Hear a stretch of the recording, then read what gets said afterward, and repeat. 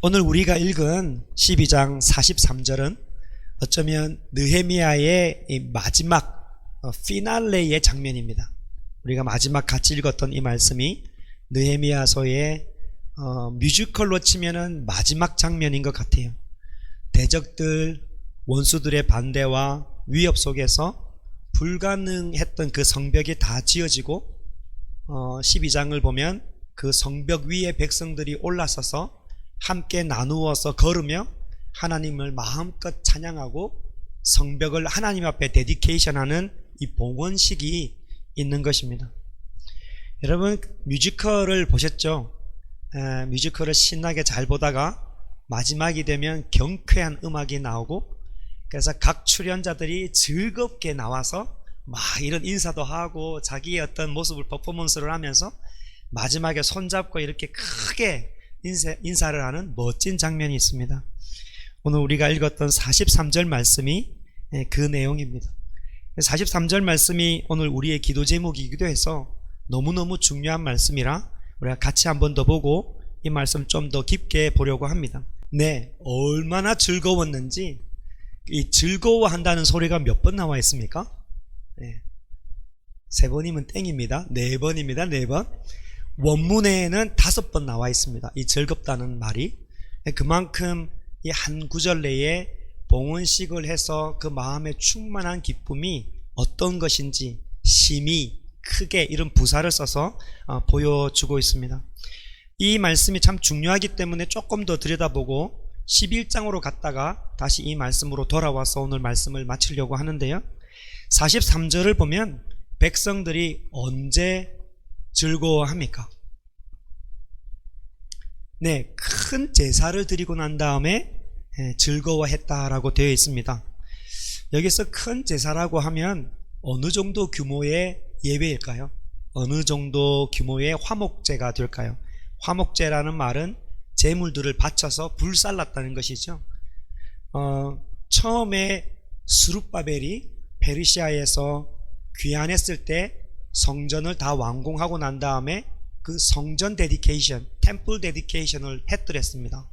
그때 제사 규모가 나와 있는데 숫소 100마리, 그리고 숫양 200마리, 어린 양 400마리를 태워서 하나님 앞에 제사로 드렸으니까 여기서 말하는 큰 제사는 더 큰 제사가 되겠죠. 어마어마한 제사를 드렸습니다. 그러면 이 백성들이 이 큰 제사를 드렸기 때문에 이렇게 즐거워할까요? 오늘 본문 말씀을 가만히 보면 그 즐거움이 엄청난 양의 제물을 이렇게 불태웠다고 그 제사 때문에 기뻐하는 게 아니라고 되어 있습니다. 43절을 다시 한번 보시면 어떻게 누가 이 백성들을 기쁘게 하였습니까? 하나님이 이 백성들의 마음을 기쁘게 했다. 굉장히 중요한 말씀입니다. 하나님이 크게 즐거워하였다는 것이죠. 사도 바울이 말씀하셨습니다. 참 기쁜 말씀이긴 한데 늘 도전이 되는 말씀이에요. 항상 기뻐하라. 내가 다시 말하노니 기뻐하라. 이 말씀 가지고 아멘 하지만 아멘 하는 이유가 뭘까요? 기뻐함이 없기 때문에 아멘 하는 겁니다.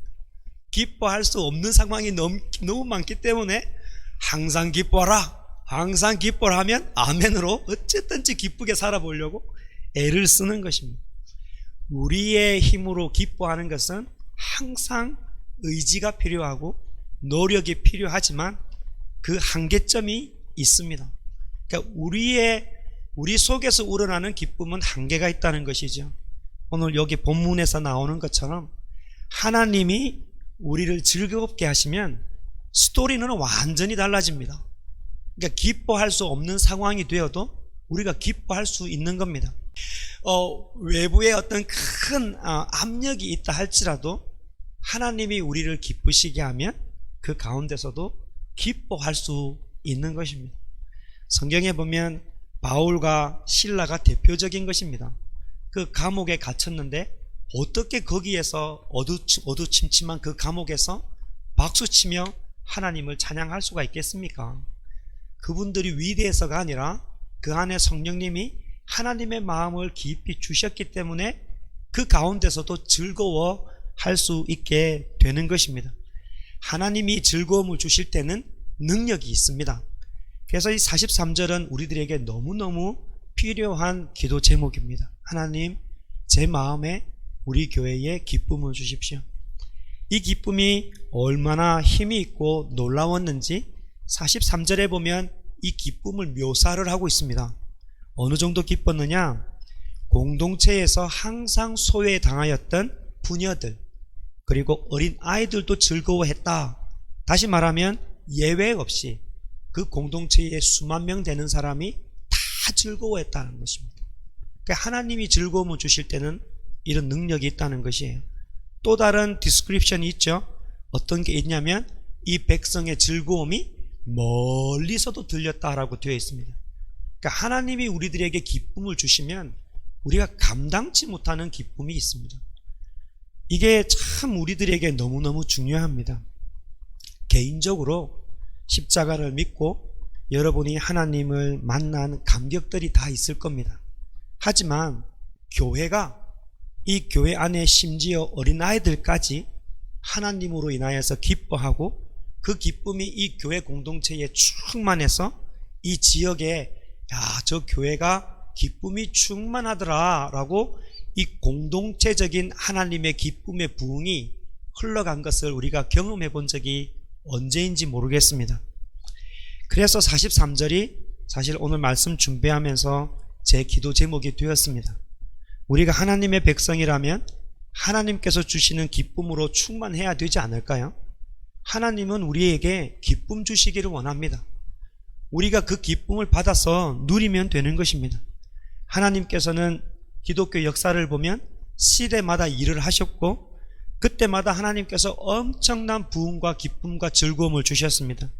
지금도 변함없이 21세기 과학의 시대라고 하지만은 소망이 없다고 하지만 하나님께서 얼마든지 일을 하시면 똑같은 기쁨과 즐거움이 우리 가운데 그런 부흥이 일어날 줄 저는 믿습니다. 우리 교회가 이런 기쁨이 충만한 교회가 되었으면 좋겠습니다. 아멘이시죠? 그래서 세계로 제자교회를 통해서 이 DFW 지역에 어떻게 저 교회 때문에 저 교회 안에서는 사람들이 저렇게 기뻐할까, 그런 소문이 좀 났으면 좋겠습니다. 교회 다니는 재미, 교회 성도들과 함께 이야기하는 즐거움, 예배드리는 감격, 찬양의 기쁨, 이런 것들이 막 흘러나가는 이 기쁨이 메시지가 되었으면 좋겠다 하는 생각이 듭니다. 자, 그러면 우리의 질문은 어떻게 그럴 수 있냐는 거죠. 어떻게 하면 이 하나님의 즐거움, 하나님께서 막 부어주시는 이 하늘의 즐거움을 우리가 누릴 수 있겠냐는 것이죠. 그래서 여러분이 이 느헤미야 8장부터 쭉 시작되어져 있는 이 영적인 부흥을 계속 눈여겨보셔야 합니다. 8장, 9장, 10장, 11장, 이 12장의 순서를 여러분 잘 따라가셔야 합니다. 각 장마다 어떻게 보면 우리가 따라가야 될 어떤 영적인 질서들이 있습니다. 느헤미야 8장, 9장, 10장, 11 이렇게 12장의 이 내용은 이스라엘 백성들의 어떤 단순한 역사가 아니라 지금도 우리 안에서 같이 누릴 수 있는 영적인 기쁨을 누릴 수 있도록 안내하는 어떤 스피리추얼 맵, 내비게이션과 같은 역할을 하고 있습니다. 그래서 오늘 우리가 여러분에게 광고 드린 대로 11장, 12장 말씀을 볼 겁니다. 양이 상당히 많고 성경 읽다가 제일 어려운 부분입니다. 언제 어렵습니까? 이름이 많이 나올 때 엄청나게 이름들이 많이 나와서 느헤미야에서 참 복 읽기가 힘들 수 있는 부분이기도 합니다. 이럴 때일수록 너무 디테일하게 보지 말고 아주 브로드한 마음으로 멀리서 바라보면, 괴갈적으로 바라보면 좋습니다. 11장은 10장과 아주 긴밀히 연결되어 있습니다. 늘 그렇듯이 성경을 보시면서 잘 따라와야 합니다. 10장과 11장이 어떻게 연결되어 있느냐, 그 브릿지를 보려면 10장의 마지막 부분을 볼 필요가 있겠죠. 10장의 마지막 절 39절의 또 마지막을 보면 이스라엘 백성들이 아주 큰 결심을 했습니다. 무슨 결심을 했습니까? 우리 하나님의 무엇을? 전을 버리지 아니하리라 이렇게 말씀합니다. 하나님의 성전을 버려두지 않겠다라고 그 수만 명 되는 이스라엘 백성들이 정말 큰 결심을 합니다. 그래서 지난번 설교회 때 보면 그 결심 중에 하나, 성전을 버려두지 않기 위해서 이 백성들이 무슨 결정을 했습니까? 성전세를 내겠다, 11조를 하겠다, 우리 수확의 첫 열매를 내겠다. 그래서 레위 사람들, 제사장들의 먹을 것을 우리가 생계를 책임지겠다. 그리고 성전에 그 재물들이 떨어지지 않도록 우리가 다 채우겠다라는 큰 결심을 했습니다. 근데 11장이 나오는 이유는 그것만으로 충분했다, 충분하지 못했다? 그럼요. 잘 따라오세요. 충분하지 못했기 때문에 11장이 나온 것입니다. 자, 그러면 왜 충분하지 못했느냐라고 한번 생각해 보면서 말씀을 이렇게 삶에 적용해 보려고 합니다. 예루살렘에 심각한 문제가 지금 있습니다. 무슨 문제가 있을까요? 우리가 이미 보았는데요. 7장 4절에 보면 그 예루살렘 성벽이 6장에서 다 재건이 되었는데 7장에 보면 성벽이 다 완성되었음에도 불구하고 문제가 있습니다라고 7장 4절에 나와 있습니다. 뭐라고 되어 있냐면 그 성읍은 예루살렘 성이죠. 광대하지만 주민이 많다 적다? 적다. 주민이 적고 가옥이 미처 준비되지 못한 거예요. 사람이 살 수 없는 황폐한 도시였다는 것입니다. 예루살렘이. 그러니까 성벽이 있고 그 성벽 안에 예루살렘 성이 있고 예루살렘 도시가 있고 그 예루살렘 도시 안에 하나님의 성전이 있는 것입니다. 사람이 살지 않습니다. 생각해 보세요. 성전을 지키겠다고 결심했습니다. 그래서 성전세도 내고 11조도 내고 첫 열매, 소위 말하면 돈으로 성전을 지키겠다고 하지만 그것으로 안 된다는 겁니다. 왜냐하면 사람이 들어가서 헌신할 필요가 있는 것이죠. 하나님의 성전이 있는 예루살렘이 사람이 살지 않는 유령 도시라면 성전세를 아무리 내봐야 그게 무슨 의미가 있습니까? 11조를 아무리 내봐야 그 안에 사람이 살지 않으면 무슨 의미가 있는 것이냐는 것이죠. 더군다나 이 예루살렘 도시는 그 유명한 산발랏, 게셈, 도비아의 항상 공격의 타겟이 됩니다.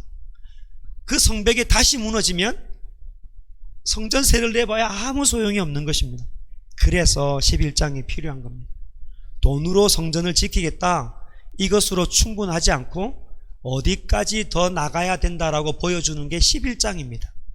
11장은 영적인 부흥, 영적인 개혁의 완성에는 실제적인 헌신, 몸으로 하는 헌신이 필요하다는 것을 강조하고 있는 겁니다.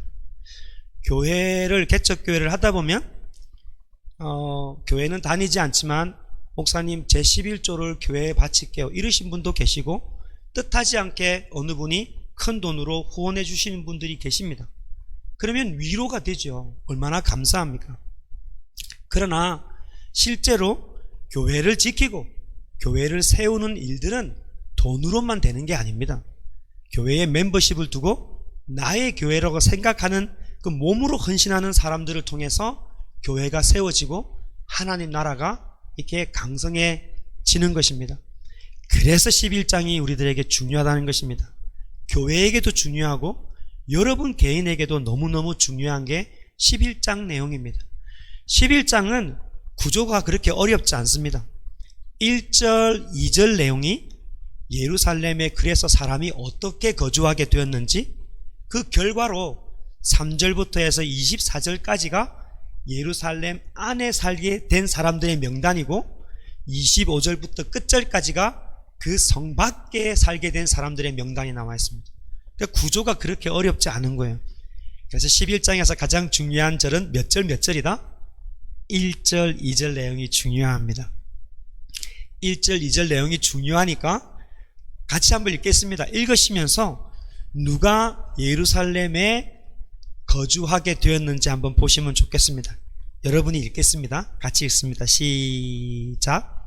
백성의 무엇보다 예산에 머물렀고 나가는 백성은 제비과 10분의 1을 가서 유대산에 와서 거하게하고 그 2분은 다른 성읍에 거하게 하였으며 물은 예루살렘에 거하기를 청원하는 자는 백성들을 위하여 복을 빌었느니라.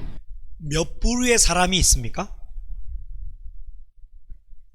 몇 종류, how kind, 그러니까 what kind, 몇 종류의 이 카테고리가 되는 사람이 있습니까? 세 종류의 사람이 있습니다. 첫 번째가 누굽니까? 지도자들입니다. 리더들은 예외 없이 예루살렘 성에 거하게 합니다. 당연하죠.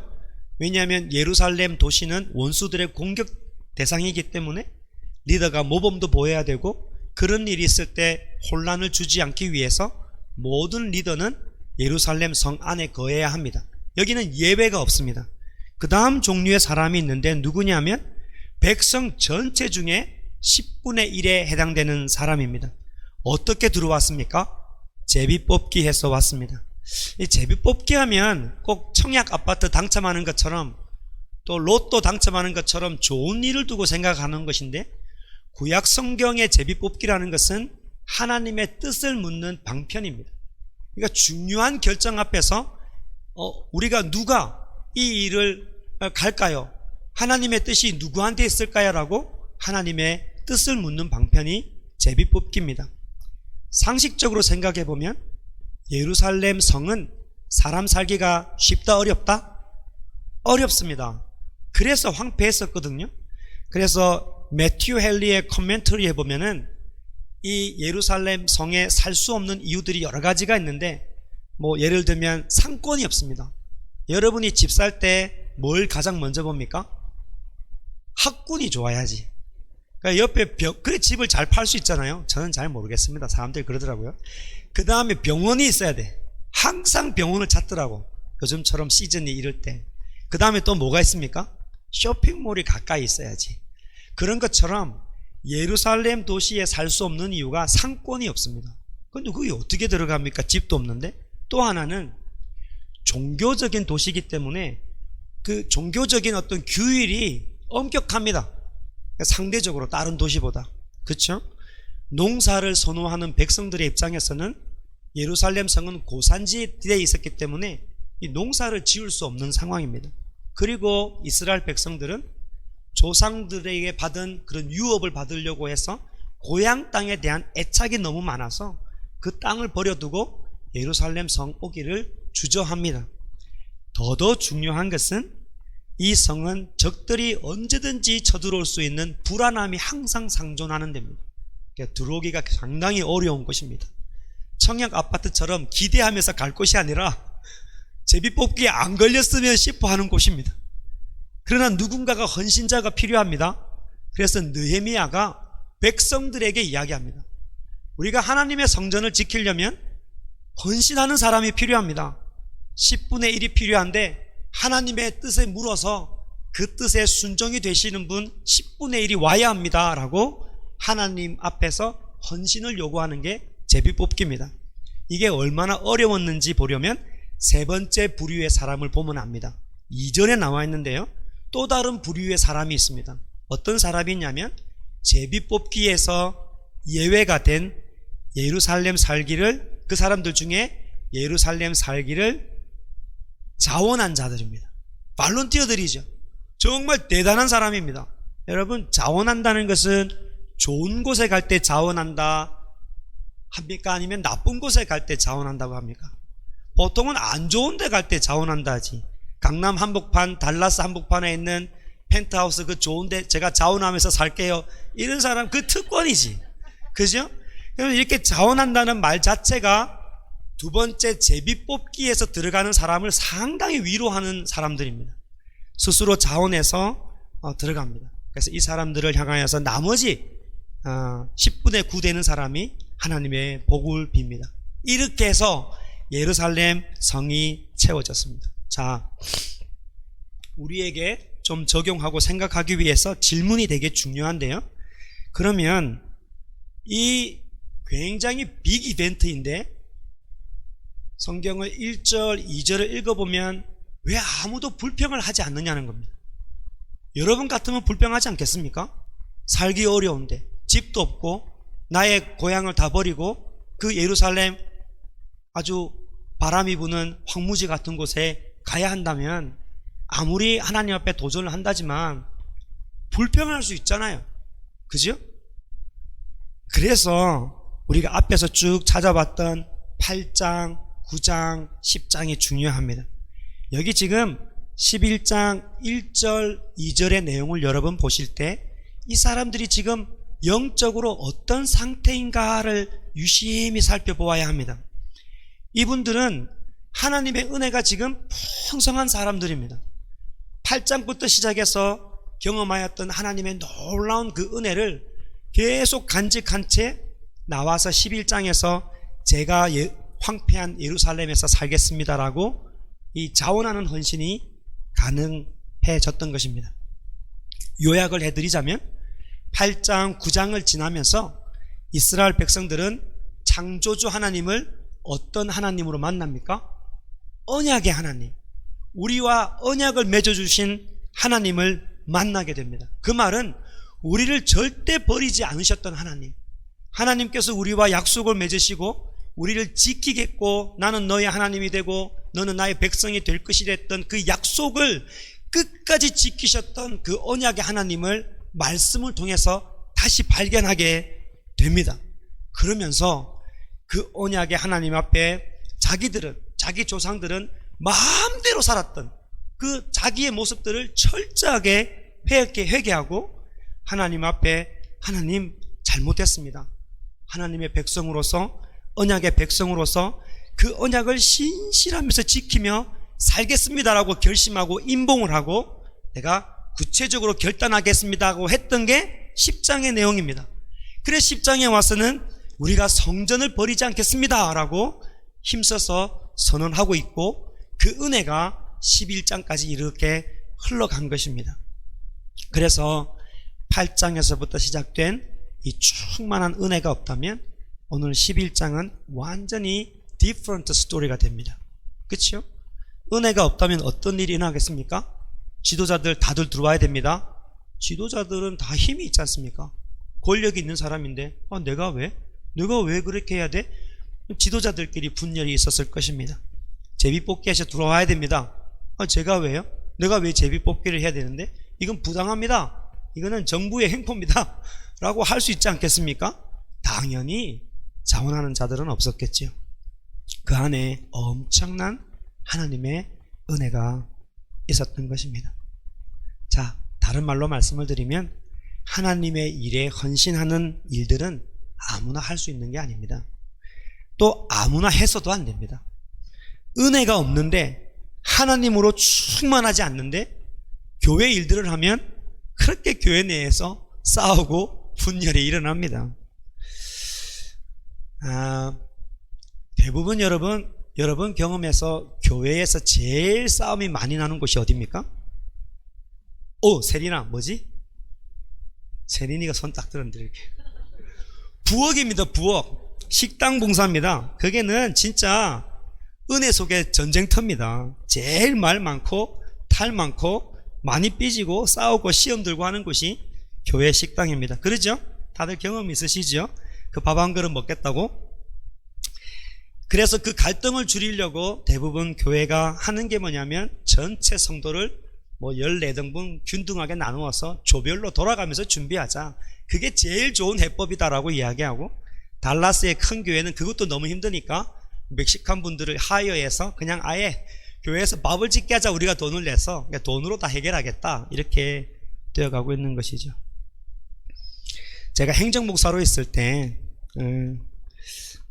마더스 데이라고 하루는 형제님들한테 이렇게 수시하고 일본식으로 잘 준비를 해서 마더즈들을 섬겨야 된다고 교회 내에 칼잡이들을 고용했습니다. 아시죠? 수스맨들 칼잡이들이 한 6명 있었는데 그렇게 해서 딱 조를 짜가지고 수시를 해서 넥타이 딱 매고 이렇게 합시다. 그게 말이 됩니까? 왜냐하면 집에서도 아내에게 밥을 차려주지 않는데 교회까지 나와서 다른 사람들에게 밥을 차려줄 수 있겠습니까? 아니나 다를까 당일날 칼잡이가 한 명 나타났습니다. 쌩 고생을 하니까 칼 들고 설치대면서 뿔따고 이만큼 나가지고 화가 나가지고 제가 그분 마음 다스리는데 하루 종일 시간을 보냈습니다. 쉽지 않았죠. 그런데 다른 교회가 있습니다. 뭐 요즘 인터넷에 많이 회자되는 목사님인데 손현보 목사님입니다. 세계로 교회입니다. 거기는 원래 녹산 제일교회였다가 세계로 교회가 돼서 지금 뭐 여러 가지로 주도적인 일을 하고 있는데요. 지금은 어떤지 모르겠는데 제가 한국에 가고 아내하고 가면 항상 인사드리는 교회 중에 하나입니다. 그때까지 지금은 잘 모르겠습니다. 1000명이 넘는 성도들이 있는데 자원하는 사람들이 밥을 해놓으면 조를 짜지 않았는데도 자원하는 사람들이 밥을 다 나르고 자원하는 사람들이 밥을 다 치웁니다. 조가 없습니다. 그냥 알아서 다 합니다. 그냥 이게 뭐가 있어서 가능한 일입니까? 은혜가 있어서 가능합니다. 그래서 하나님의 은혜가 있으면 교회가 이렇게 잘 됩니다. 아멘이시죠? 은혜가 없을 때 교회에서 가장 많이 하는 게 조를 짜는 일입니다. 그게 민주주의라고 하는 것이죠. 알고 보면 은혜가 없는 것입니다. 하나님의 은혜가 충만하면 몇 사람이 다 감당할 수 있는 것입니다. 언제나 11장에 나와 있는 이 헌신은 은혜가 충만한 사람들이 감당해야 합니다. 다른 말로 하면 무슨 뜻이냐? 헌신하는 사람들은 항상 하나님의 마음으로 충만해져 있어야 합니다. 그렇지 않으면 시험이 옵니다. 본인도 힘들고 지속적으로 이 예루살렘 성에 오랫동안 버틸 수가 없습니다. 오늘 본문을 통해서 우리가 도전받아야 되는 중요한 한 가지 사실은 은혜가 충만한 사람은 기회가 되면 예루살렘에 거하게 되는 그 순종의 기회가 오고 그때 순종해야 된다는 것을 우리들에게 말씀해 주고 있습니다. 사실 예루살렘 성에 들어가는 것보다 외곽에 살면 좋지요. 안 좋겠습니까? 자유롭잖아요. 간섭받지 않아도 되고 맛있는 거 먹을 수 있고, 그죠? 이웃들과 더불어서 이렇게 많은 일들을 할 수 있고 장사도 할 수 있고 자유롭습니다. 때가 되면 우리식으로 이야기하면 주일날 아이들 손잡고 예루살렘 성에 이렇게 들어가서 마음껏 예배하고 11조 내고 첫 열매 드리고 그 집으로 들어오면 얼마나 행복하겠습니까? 이게 나쁘다는 게 아닙니다. 그러면 오늘 본문에 나와 있는 예루살렘 성 밖에 사는 사람들은 실패자고 나고자고 그럴 거 아니에요. 그렇지 않습니다. 하나님의 공동체에게는 이분들도 다 소중한 분들입니다. 그러나 어느 순간에 우리에게 하나님의 은혜가 충만할 때, 그리고 기도할 때, 하나님의 말씀을 들을 때 하나님께서 헌신하면 좋겠다는 마음을 부어주시면 헌신하는 게 개인적으로 교회 공동체에게 유익하다는 것을 오늘 본문에서 말씀해 주고 있는 겁니다. 저 같은 목회자를 보면 사실 목회자가 쉽지는 않습니다. 근데 유익이 있습니다. 무슨 유익이 있냐면 설교를 해야 되기 때문에 이렇게 목이 아픔에도 불구하고 어쨌든지 설교를 하려고 또 설교 원고 준비하고 기도하고 제 스스로가 위선자가 되지 않으려고 또 무릎 꿇고 그런 걸 보면 이 예루살렘 성 안에 산다는 그 자체가 개인한테 유익이 있다는 것입니다. 그죠? 그리고 성도들 가운데 다툼이 있거나 이러면 마음이 너무 아파서 그렇게 무릎을 꿇고 기도할 수밖에 없습니다. 아니 두 분이 다퉜는데 제가 뭐 화해시킨다고 될 것도 아니고 아버지 제발 좀 어떻게 해주세요라고 제한테 유익이 하다는 것입니다. 교회 일에 헌신할 때 본인한테 굉장히 유익하고 공동체에게도 유익하다는 것을 이야기해주고 있습니다. 교회 사역만을 두고 말하는 것이 아닙니다. 여러분 삶에서 예루살렘 성에 산다는 뜻이 무엇일까요? 하나님께서 여러분에게 예루살렘 성에 제비뽑기에서 들어와야 된다라고 말하면 여러분에게 예루살렘 성은 어떤 뜻일까요? 하나님의 뜻을 이루기 위해서 기꺼이 헌신하며 순종하는 자리일 것입니다. 남편, 아내, 자녀들을 잘 섬기는 일일 수도 있고 직원들에게 자기 자신을 낮추는 리더십일 수도 있습니다.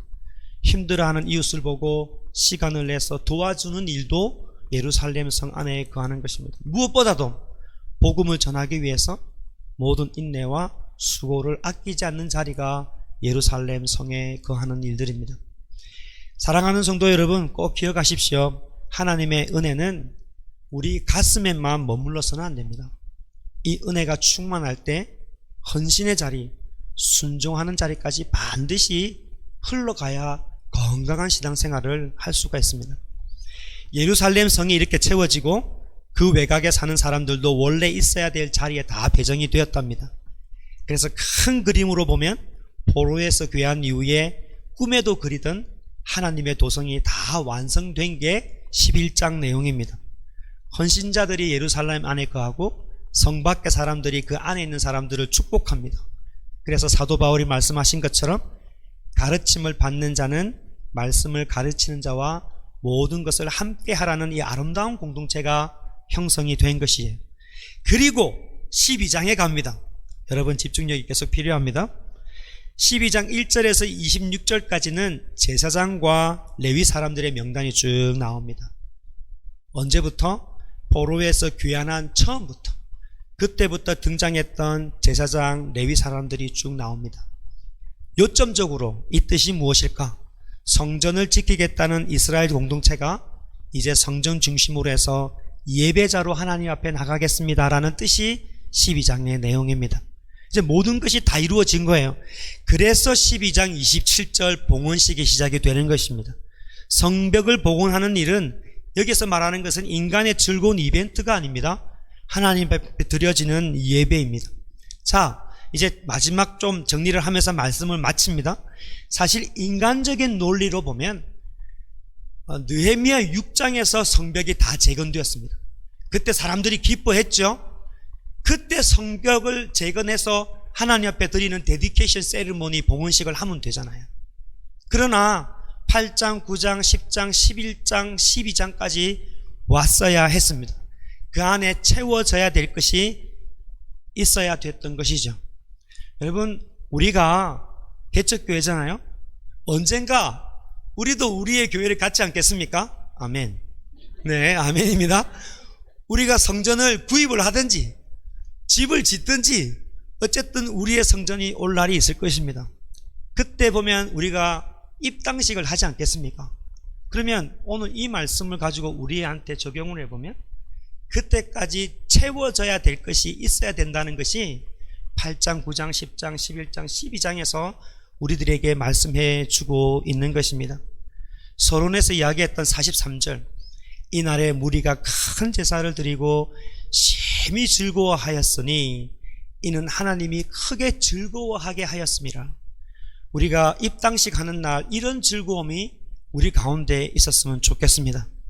그러기 위해서는 우리에게 담겨져야 될 것이 담겨져야 합니다. 말씀으로 인하여서 우리 자신이 발견되어지고 말씀이 좋고 말씀이 깨달아지는 8장이 필요하고 그 말씀 앞에서 자기 자신을 비추고 하나님 내가 정말 죄인입니다 라고 고백하는 9장이 필요합니다. 그리고 그 나아가서 그 언약의 백성으로 살지 못했기 때문에 10장에서 언약의 백성으로 살겠습니다라는 결단하는 10장이 필요합니다. 그리고 말로만 결단하는 것이 아니라 제 몸이 그 안에 들어가서 헌신하겠습니다라는 11장이 필요하고 예배자로 평생 살겠습니다라고 하는 12장이 있어야 아름다운 성벽 봉헌식이 이루어지는 것입니다. 우리 교회가 담아야 할 것들입니다. 여러분의 인생도 마찬가지입니다. 하나님이 주시는 큰 기쁨을 누리기 위해서는 책상 앞에서 그냥 성경책 읽는다고 되는 게 아닙니다. 하나님 말씀 앞에 자기 자신을 발견하고 언약의 백성으로 살겠다고 날마다 결단하고 예배 가운데 우리 자신을 발견하고 순종의 길을 걸겠다고 날마다 삶 속에서 어떤 영적인 싸움을 해나가면서 내가 예배자로 살겠습니다. 내가 헌신하겠습니다. 이 모든 것들이 채워지면 하나님께서 이루 말할 수 없는 것으로 우리에게 기쁨을 주십니다. 이 기쁨이 여러분에게 있기를 바라고 우리 모두의 간증이 연결되어서 하나님 앞에 영광을 돌리는 공동체가 되었으면 좋겠습니다. 하나님은 여러분에게 은혜 주시기를 원합니다. 잊지 마십시오. 하나님은 여러분을 향한 놀라운 계획을 가지고 계십니다. 은혜 주시기를 원하고 기쁨 주시기를 원하고 여러분 순종의 길에서 그 놀라운 은혜를 발견하시는 여러분 되시기를 바랍니다. 민수기 말씀 제가 읽어드리겠습니다. 여호와는 너에게 복을 주시고 너를 지키시기를 원하며 여호와는 그의 얼굴을 내게 비추사 은혜 베푸시기를 원하며 여호와는 그 얼굴을 내게로 향하여 드사 평강 주시기를 원하노라. 이 시간 하나님 앞에서 기도합시다. 여러분 나름대로